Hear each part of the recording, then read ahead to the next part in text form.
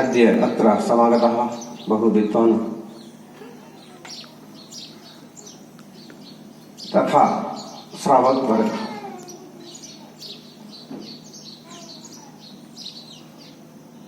अद्य मनु प्रफुल्लितो अस्ति अस्मिन् क्षेत्रे विज्ञानस्य सम्मेलनं विज्ञानानां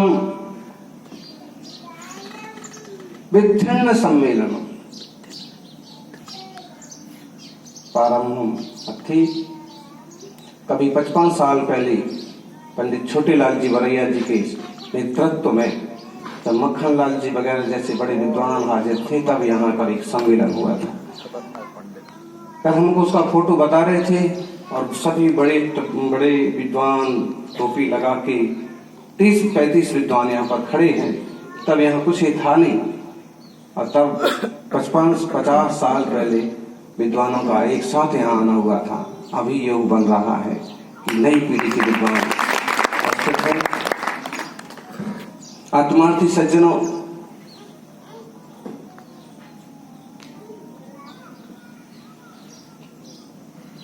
ज्ञान का फल वैराग्य है, त्याग है। और इसलिए कोई कोई विद्वान ऐसी भावना करते हैं कि हम भी सब कुछ त्याग करके साधना के क्षेत्र में उतरेंगे। और अभी आपने एक प्रसंग इनका भी सुना। राम नरेश सरकारी सर्विस में है, धार्मिक कार्यक्रम में जाते हैं, विधि विधान कराते हैं तो उसका कोई सेवा शुल्क नहीं लेते।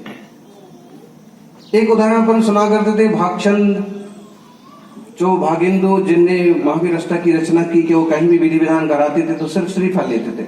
ऐसे सागर विद्यालय के एक पहले पंडित जी सभी निरासक्त, कई सारे विद्वान निष्प्रय ही रहे वहां तो, लेकिन एक दयाचंद जी और थे, उनके बारे में भी ऐसा आता है कि कहीं भी जाते थे वो कुछ भी कार्यक्रम कराते थे, विद्यालय के लिए तुम्हें जो देना है सो दो, मेरे लिए सिर्फ श्रीफल।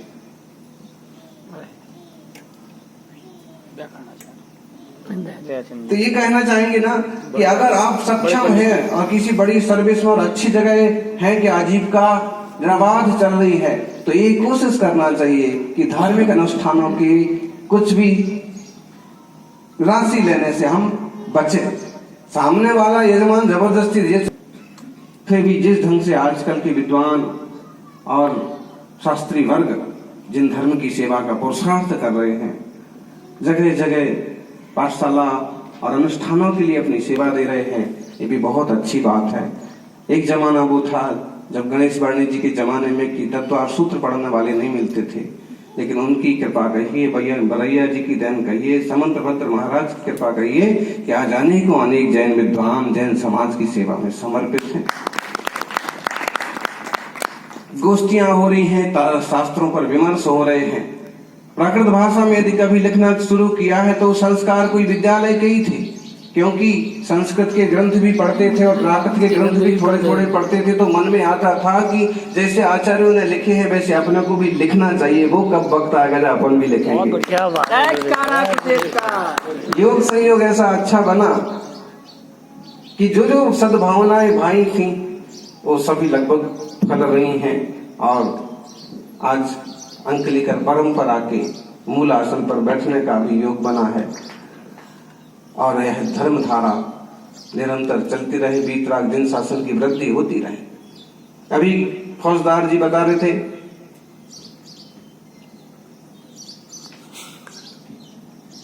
आचार्य से कैसे बनते हैं, बहुत जिम्मेदारियां होती हैं और वो सारी जिम्मेदारी आचार्य श्री के ऊपर तहरी जिम्मेदारी होती है। कभी किसी साधक को लगता होगा कि आचार्य बनने पर ऊपर बैठने को मिलता है और बढ़िया से जय जयकार होती है, आरती होती है और लोग जो है एकदम पीछे पीछे घूमते हैं, लेकिन आचार्य की तिहरी जिम्मेदारी होती है, दोहरी नहीं, तिहरी। इस जमाने में तो तिहरी जिम्मेदारी। एक सबसे पहले वो पूरा साधु है कि नहीं है। तुम अगर पूरे साधु नहीं हो तो आचार्य किस बात के। सबसे पहले 28 मूल गुण और वह जो विषयासा उत्थाति तो निरारंभो परिग्रह ध्यान ध्यान तपो रक्त सबसे पहले ये लागू हो रहा है कि नहीं इस खांचे में फिट बैठो तो फिर आगे की बात करो। दूसरी बात होती है, उपाध्याय जैसे साधकों का मिलना दुर्लभ हो गया।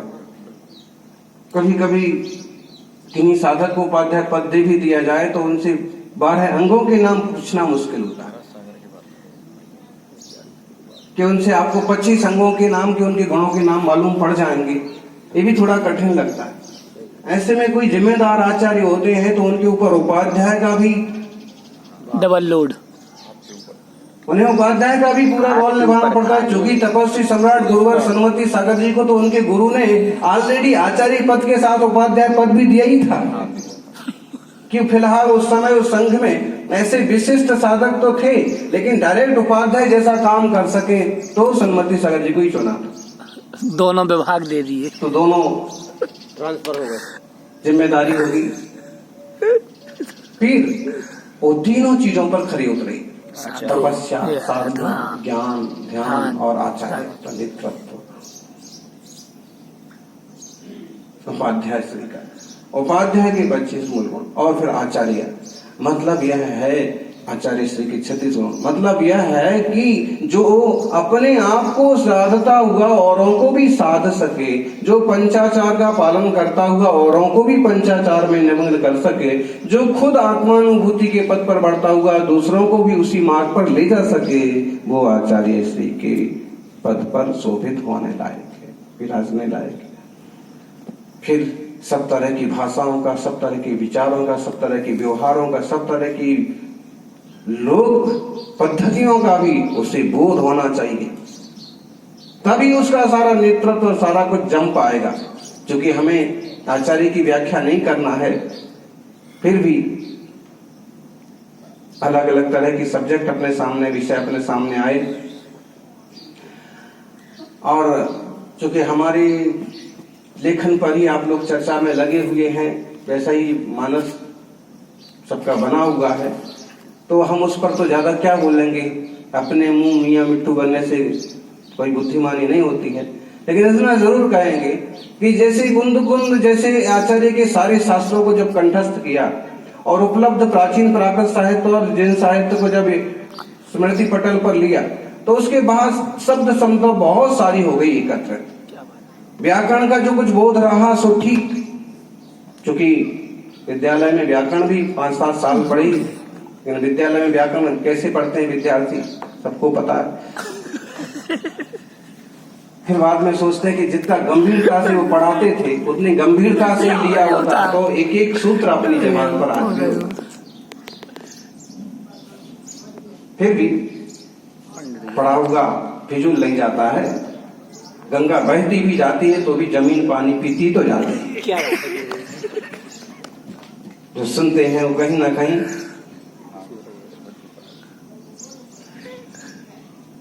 तो इतने सारे, फिर जानबूझ करके हमने पूर्वाचार्यों के शब्दों को, कहीं उनकी गाथा का अंश, कहीं उनके शब्द, वही चीज वही के वही लेने की कोशिश की। कभी कभी आदि गाथा और निधि संगों में तो कई सारे श्लोकों का रूपांतरण ही किया। एक बार सामने आए ना लोगों को कि बोले तो सही कि मैंने ये तो कहीं पढ़ा है यार, सुना है, आओ बलम स्वरूपम चला सोभगम कीर्तिपूर्णम अहिंसा महाप्रेम सद्गो मुख्या भवन्ति। कहीं कुछ तो पढ़ा, इसमें से सुना है हमने संस्कृत में। ऐसे ही जिन बंधन शीलस्स नित्यम बुद्धो सेविनो चत्तारि तस्य बद्धन्ते आओ विद्या बलम। कहीं तो हमने संस्कृत में पढ़ा है। अगर उसने संस्कृत में पढ़ा है तो प्राकृत संस्कृत का ताल मिठान के चक्कर में कुछ तो उसके दिमाग में आएगा। हाँ, ये बहुत बड़ी अच्छी बात है। या फिर वो समीक्षा करने आएगा कि महाराज जी ने पूरी नकल कर दी है, चलो उसको ये याद तो हुआ कि कुछ हुआ है प्राकृत में नया पुराना। क्या बात। तो शुरुआत हमारी लगभग इसी ढंग से रही जैसे, और हमने निधि संघों के अंत में एक बात ऐसी लिखी भी थी कि प्राकृत भाषा की वृद्धि के लिए वृद्धि। और आप देखिए आज बहुत सारे साधक हैं और बहुत सारे विद्वान हैं कि इस क्षेत्र में अच्छे से काम करने में रुचि ले रहे हैं, आगे बढ़ रहे हैं, कविताएं लिख रहे हैं, रास्ता खुला है। देखा देखी कहिए, पुरुषार्थ कहिए, रुचि कहिए, और आज अच्छी रचनाएं और खास बात ये होती है जब इस तरह की रचना आदि में कोई व्यक्तित्व जाता है ना, तो उसके व्यक्तित्व में भी निखार आता है ना। जो लोग महीरी खाते हैं उनको महीरी की डकार आती है, और जो लोग खीर खाते हैं उनको खीर की डकार आती है। जो व्यक्ति जो खाता है उसको उसकी डकार आती है। डकार समझ में आ रहा है आप लोगों को? डकार तो समझ में आ रहा होगा। जैसे ही जो व्यक्ति जिस अध्यात्म में धर्म ध्यान में डूबा रहता है उसकी डकार भी वैसी ही होती है। ये आचार्यों के जो शास्त्र हैं उनकी डकार है। डकार उन्हें जो कुछ अनुभव किया, जो कुछ आत्मा का आनंद लिया, वो हम सब लोगों को जब कोई पेट भरा हो तो घूम करके करता है तो मालूम पड़ता है कि भाई खा पी करके आए हमारा बढ़िया से टन्न है, तो मालूम पड़ता है। उनकी ऐसे ही आचार्य भगवंत के शब्दों से, उनकी रचनाओं से, उनके प्रवचन सार से, समय सार से, गौमट सार से और धवल से हमें मालूम पड़ता है कि आचार्य भगवंत परिपूर्ण है।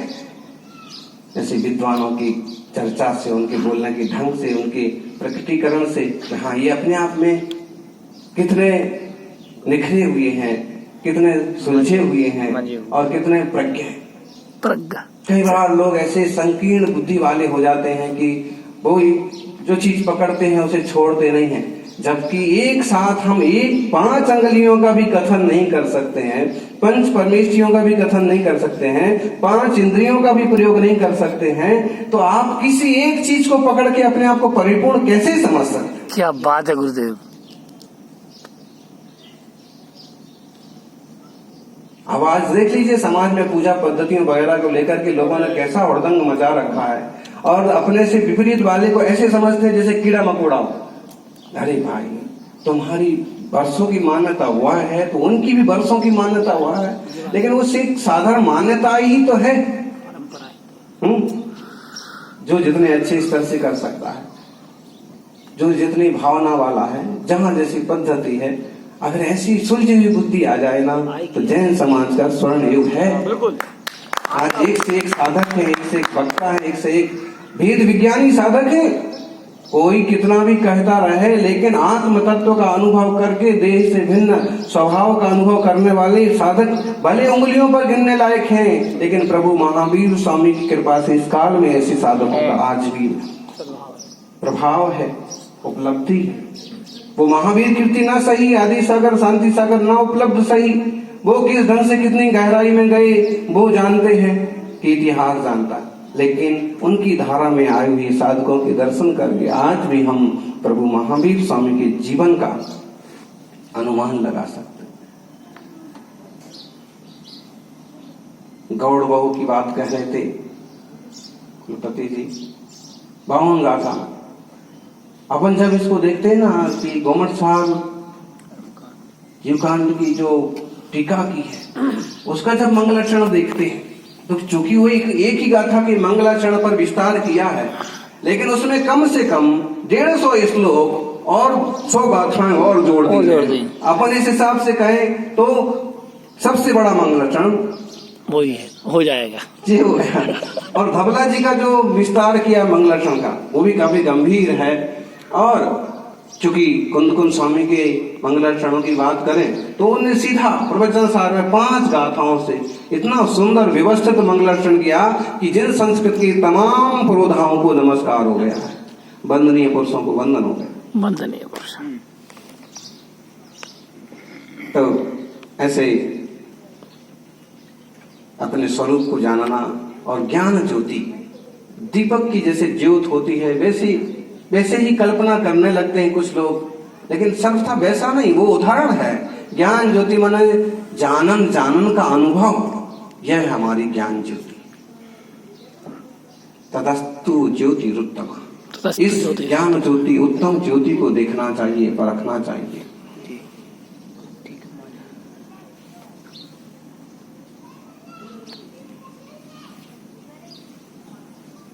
सज्जनों,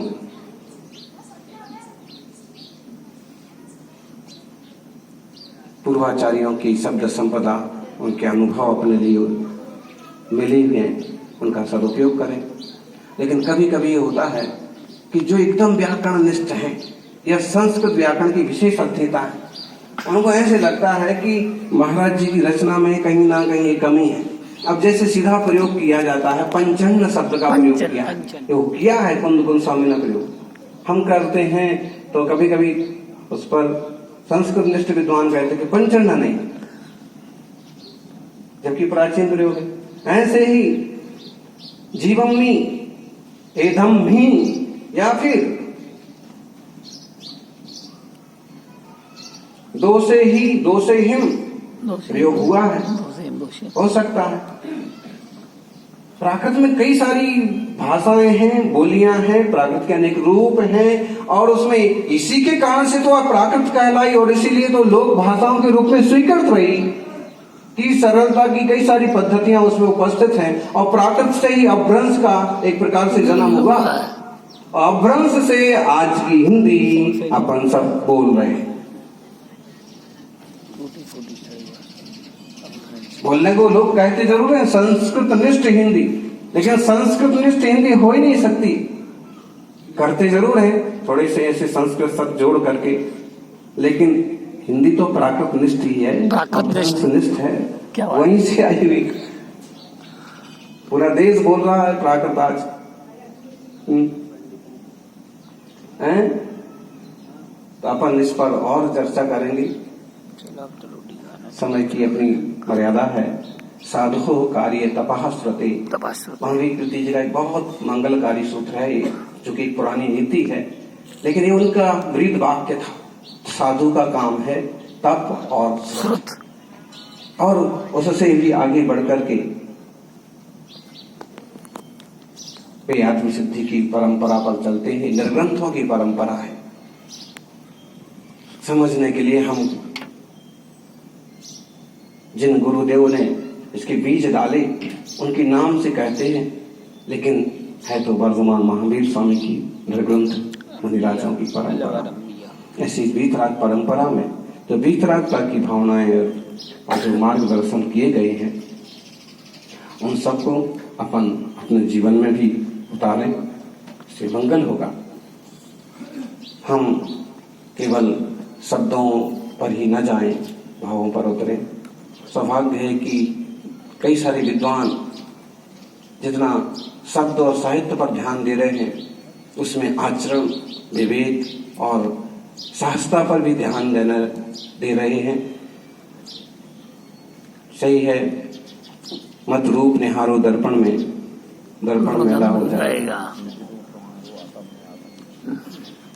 मत रूप निहारो दर्पण में, दर्पण मेला हो जाएगा। निज रूप निहारो अंतर में, अंतर उजला हो जाएगा।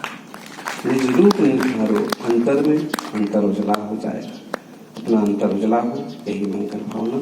जय बोलिए 24 तीर्थंकर भगवान की।